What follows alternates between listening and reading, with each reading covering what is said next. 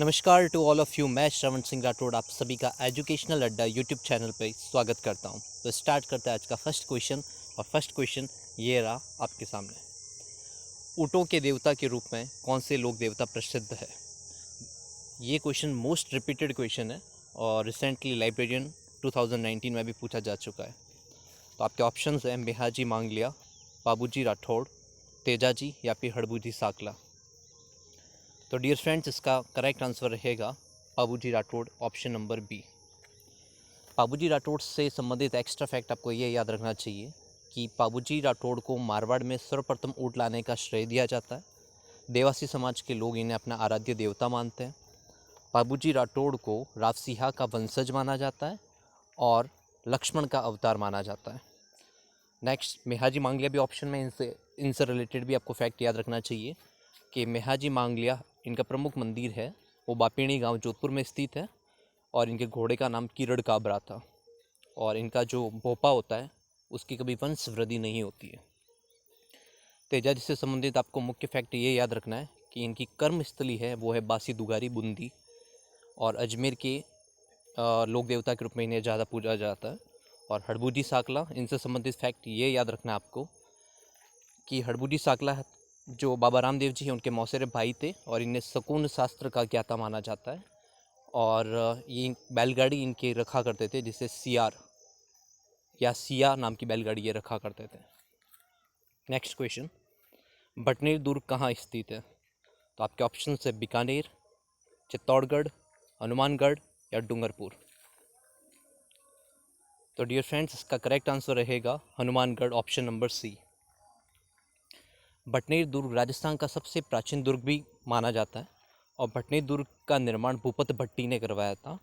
और भटनेर दुर्ग से संबंधित एक्स्ट्रा फैक्ट आपको ये याद रखना है कि भटनेर दुर्ग एकमात्र दुर्ग है जहाँ पर हिंदू महिलाओं के साथ साथ मुस्लिम महिलाओं ने भी जौहर किया था। नेक्स्ट क्वेश्चन, निम्न में से कौन सा एक जल दुर्ग है? आपके ऑप्शन है चित्तौड़गढ़, कुंभलगढ़, गागरौन, मेहरानगढ़। तो इसका करेक्ट आंसर है ऑप्शन नंबर सी, गागरौन। गागरौन दुर्ग झालावाड़ जिले में स्थित है, काली सिंध और आहू नदियों के संगम पर। यहाँ पर इसका निर्माण तो डॉड परमार शासकों ने करवाया था, फिर खींची राजवंश का भी शासन रहा, उसके बाद ये आपकी बूंदी के चौहानों के अधीन रहा और कुछ समय तक मालवा के मुस्लिम शासकों ने भी इस पर अधिकार किया था। अब चित्तौड़गढ़ दुर्ग की बात करें तो इसे राजस्थान के दुर्गों का सिरमौर कहा जाता है और इसका निर्माण चित्रांगद मौर्य ने करवाया था। कुंभलगढ़ दुर्ग का निर्माण राजसमंद जिले में महाराणा कुंभा ने करवाया था और मेहरानगढ़ दुर्ग का निर्माण राव जोधा ने 1459 ईस्वी में जोधपुर में चिड़िया टूक नामक की पहाड़ी पर करवाया था। एक एक्स्ट्रा फैक्ट आपको ये याद रखना है कि मेहरानगढ़ का जो नाम है वो मिहिर शब्द से मिलकर बना है और मिहिर का अर्थ होता है सूर्य, क्योंकि आपको पता होगा कि जो राठौड़ है वो सूर्यवंशी माने जाते हैं, इस वजह से इसका नाम मेहरानगढ़ रखा गया था। ठीक है, तो गाइज इसका जो करेक्ट आंसर था इस ऑप्शन का वो था आपके ऑप्शन नंबर सी, गागरौन दुर्ग। नेक्स्ट क्वेश्चन, 13 ताली नृत्य किस लोक देवता की स्मृति में किया जाता है? आपके ऑप्शंस है गोगा जी, मल्लीनाथ जी, तेजा जी या फिर रामदेव जी। तो जो 13 ताली नृत्य है वो रामदेव जी की आराधना में किया जाता है। और आपको ये बताना चाहूँगा कि जो 13 ताली नृत्य है वो एक पेशेवर नृत्य है, ये एक प्रोफेशनल डांस है और जो रामदेव जी की आराधना में किया जाता है। बढ़ते नेक्स्ट क्वेश्चन की तरफ। कपिल मुनि का मेला कहाँ पड़ता है? आपके ऑप्शन है जोधपुर, बीकानेर, उदयपुर या फिर चूरू।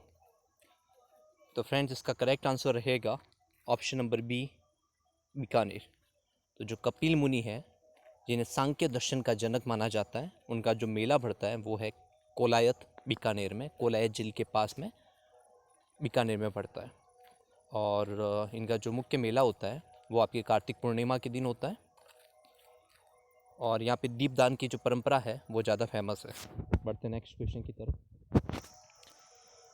आहड़ सभ्यता का अन्य नाम क्या है? आपके ऑप्शन है Tamravati Nagari, option number B Dhulkot, option number C Minavali, option number D Sunari. बताइए इसका करेक्ट आंसर क्या रहेगा।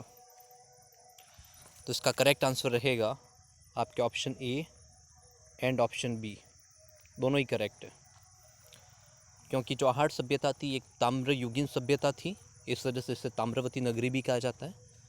लेकिन ये चीज़ ध्यान रखनी चाहिए कि ताम्रयुगीन सभ्यताओं की जननी पूछा जाए तो इसका आंसर रहेगा गणेश्वर सभ्यता, निमका थाना सीकर, जो कि कांतली नदी के किनारे हैं। और आहट सभ्यता है ये बेड़च या फिर आयड़ नदी के किनारे हैं, और इसे ताम्रवती नगरी के नाम से भी जाना जाता है, और इसका स्थानीय नाम था वो था धूलकोट। तो इस क्वेश्चन में आपके ऑप्शन ए एंड बी दोनों ही करेक्ट है। तो आप इस फैक्ट्स को ध्यान रखिएगा। हालांकि यहाँ पे जो ऑप्शन डी की प्लेस पे उपरोक्त ऑप्शन ए एंड बी होना चाहिए था, बट आप ये ध्यान रखिएगा कि इसका स्थानीय नाम है धूलकोट और इसे ताम्रवती नगरी के नाम से भी जाना जाता है। Is it clear? बढ़ते नेक्स्ट क्वेश्चन की तरफ। विजय सिंह पथिक का वास्तविक नाम क्या था? आपके ऑप्शन है महेश दास, धोंदू पंत, भूप सिंह या फिर कुशाल सिंह। तो इसका करेक्ट आंसर रहेगा ऑप्शन नंबर सी, भूप सिंह।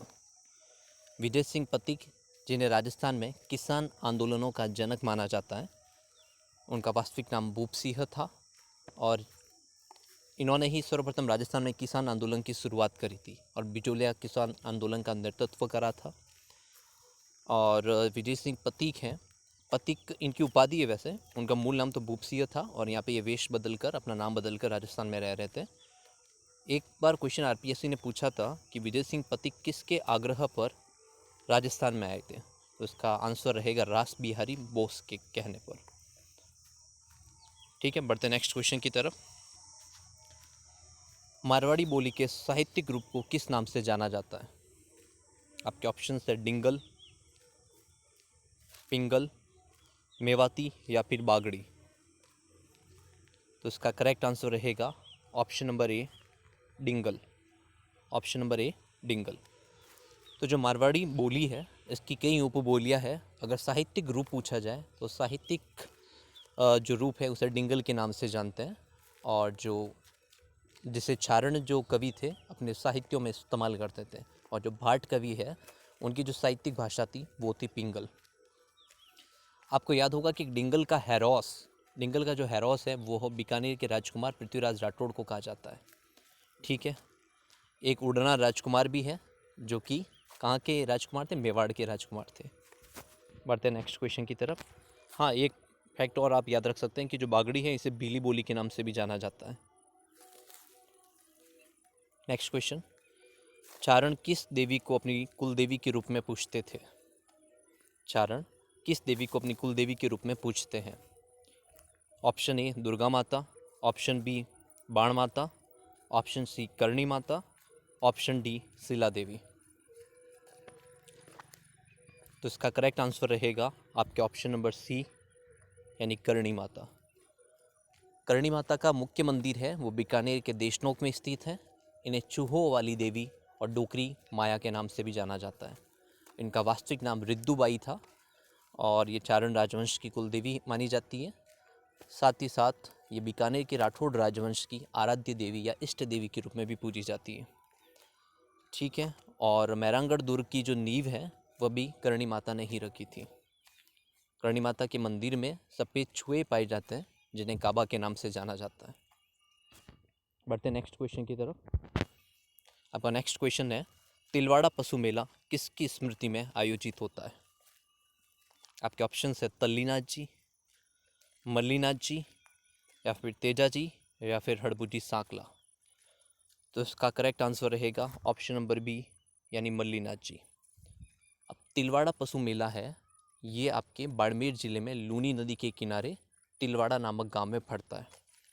अब तिलवाड़ा पशु मेला राजस्थान का सबसे प्राचीन पशु मेला माना जाता है, जिसकी शुरुआत मारवाड़ के शासक मोटा राजा उदय सिंह ने 1595 के आसपास करी थी, और ये राजस्थान का सबसे प्राचीन पशु मेला है। इसके अतिरिक्त मल्लीनाथ जी से संबंधित आपको ये फैक्ट याद रखना है कि इन्होंने एक पंथ चलाया था जिसका नाम था कुंडा पंथ। ये भी क्वेश्चन पूछा जा चुका है, कुंडा पंथ। ठीक है, इसके अतिरिक्त तो आप तल्लीना जी के संबंध में ये एक फैक्ट याद रख सकते हैं कि इनका मुख्य मंदिर है वो पाछोटा जालोर में स्थित है। बढ़ते नेक्स्ट क्वेश्चन की तरफ। कीका किसका उपनाम था? आपके ऑप्शन है Raochandra Sen, option B Rana Sanga, option C Rana Pratap, option D Rana Amar Singh प्रथम। तो इसका करेक्ट आंसर रहेगा option number C Rana Pratap. यानी कि जो राणा प्रताप थे उनके बचपन में आसपास की अन्य जाति के जो लोग हैं वो कीका नाम से पुकारते थे। और एक्चुअल में कीका पर्टिकुलर महाराणा प्रताप का नाम नहीं था। आज भी राजपूत समाज में जितने भी बच्चे होते हैं छोटे, उन्हें कीका नाम से ही संबोधित करते हैं। अगर किसी राजपूत बालक का नाम नहीं पता है तो उसे कीका नाम से ही संबोधित किया जाता है। तो महाराणा प्रताप को भी बचपन में कीका नाम से संबोधित किया जाता था। कीका मूलतः बात करें तो एक छोटे बच्चे का संबोधन का सूचक है। बढ़ते नेक्स्ट क्वेश्चन की तरफ, और ये आज का लास्ट क्वेश्चन है। राजस्थान का राज्य पशु कौन सा है? आपके ऑप्शन है गोडावन, ऑप्शन बी चिंकारा, ऑप्शन सी काला हिरण, ऑप्शन डी चीता। तो इसका करेक्ट आंसर होगा ऑप्शन नंबर बी चिंकारा। तो राजस्थान का राज्य पशु है चिंकारा। लेकिन आपको ये फैक्ट भी याद रखना चाहिए कि राज्य पशु वन्य जीव की श्रेणी में पूछा जाए तो है चिंकारा, और अगर पालतू पशु श्रेणी में पूछा जाए, पशुधन की श्रेणी में पूछा जाए तो वह है ऊँट। तो राजस्थान के राज्य पशु दो है, एक है चिंकारा, दूसरा है ऊँट। अगर ऑप्शन में दोनों ही दे रखे हो तो वो दोनों ही करेक्ट होंगे, और अगर चिंकारा दे रखा है तो चिंकारा, ऊँट दे रखा है तो आप ऊँट को सेलेक्ट करेंगे। Thank you so much. अगर आपके कुछ भी डाउट्स है तो आप कमेंट में पूछ सकते हैं, मैं ज़रूर उसका रिप्लाई दूंगा। Thanks to all.